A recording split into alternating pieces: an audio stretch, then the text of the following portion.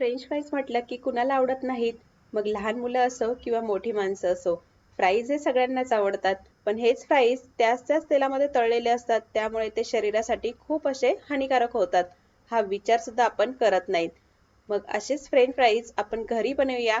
Same fries आपण घरी कसे बनवायचे तेही न तळता हे आज आपण ह्या व्हिडिओमध्ये बघणार आहे. तेव्हा फ्रेंड्स, आजचा व्हिडिओ स्किप न करता शेवटपर्यंत जरूर बघा. चला तर मग मस्त अशा फ्रेंच फ्राईजच्या रेसिपीला सुरुवात करूया. तर सगळ्यात अगोदर फ्राईज बनवण्यासाठी इथे मी दोन प्रकारचे बटाटे घेतलेले आहेत. एक लाल बटाटे येतात आणि एक नॉर्मल बटाटे येतात, जे आपण रोजच्या रोज दैनंदिन आहारामध्ये वापरत असतो. तर आता हे लाल सालीचे जे बटाटे असतात ते मोस्टली फ्राईज किंवा चिप्स बनवण्यासाठी वापरतात. आणि जे आपले नॉर्मल पिवळ्या सालीचे बटाटे असतात ते आपण भाजीसाठी वगैरे वापरत असतो. तर आज मी तुम्हाला लाल सालीच्या बटाट्याचे फ्राईज बनवून दाखवणार आहे. तर इथे मी हे बटाटे स्वच्छ धुवून पुसून घेतलेले आहेत. त्यानंतर आता बटाट्याचं साल हे सोलण्याने काढून घेत आहे. तर इथे तुम्ही बघू शकताय बटाट्याचं साल काढून झालेलं आहे. आणि त्यानंतर व्हिडिओमध्ये मी जसं दाखवत आहे त्याप्रमाणे बटाट्याला कट करून घ्यायचं आहे. आता आपल्याला याचे लांब लांब फ्राईज बनवायचे आहेत, त्यामुळे थोडेसे साईड जे असतात त्याच्या कट करून घ्यायच्या. आता इथे बघू शकताय तुम्ही, मी असे याचे कट करून घेतलेले आहेत. तुमच्याकडे जर डायरेक्ट फ्राईजचं कटर असेल तर ते सुद्धा तुम्ही इथे वापरू शकता. तर इथे बघू शकताय तुम्ही, अगदी छान असे तयार झालेले आहेत. अशाच प्रकारे आपण बाकीच्या बटाट्यांचे सुद्धा कट करून घेणार आहे. 5 मिनिटं ते साध्या पाण्यामध्ये ठेवायचे आहेत. 5 मिनिटानंतर ते काढून स्वच्छ कॉटनच्या नॅपकिनवरती ठेवायचे आहेत. आणि त्यानंतर त्यातलं सर्व पाणी आपल्याला पुसून घ्यायचं आहे. तर इथे तुम्ही बघू शकताय मस्त असे बटाट्याचे काप इथे तयार झालेले आहेत. आणि आता हे बटाटे आपण हवेत असेच उघडे जरी ठेवलेत तर हे अजिबात काळे पडत नाहीत. 5 मिनिटानंतर एका बाउलमध्ये आता आपण हे बटाट्याचे काप काढून घेणार आहे.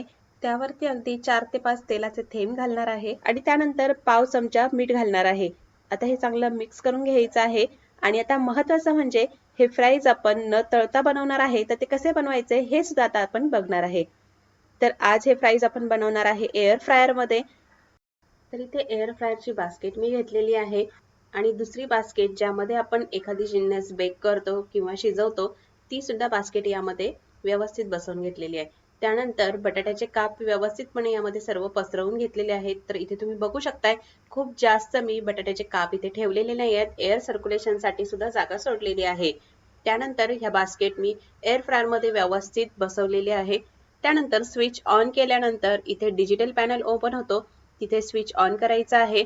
आणि मग तुम्हाला इथे टेम्परेचर आणि टायमर हायलाइट होतो, त्याचसोबत मेनूचं बटन हायलाइट होतं. आणि त्यानंतर वरती मेनूमध्ये जे काही त्यांनी ऑप्शन्स दिलेले आहेत ते सुद्धा इथे ब्लिंक होतात. इथे मी फ्राईज बनवणार आहे, सो मेनूमध्ये मी फ्राईज वरती क्लिक केलेलं आहे तर ते ब्लिंक झालेलं आहे.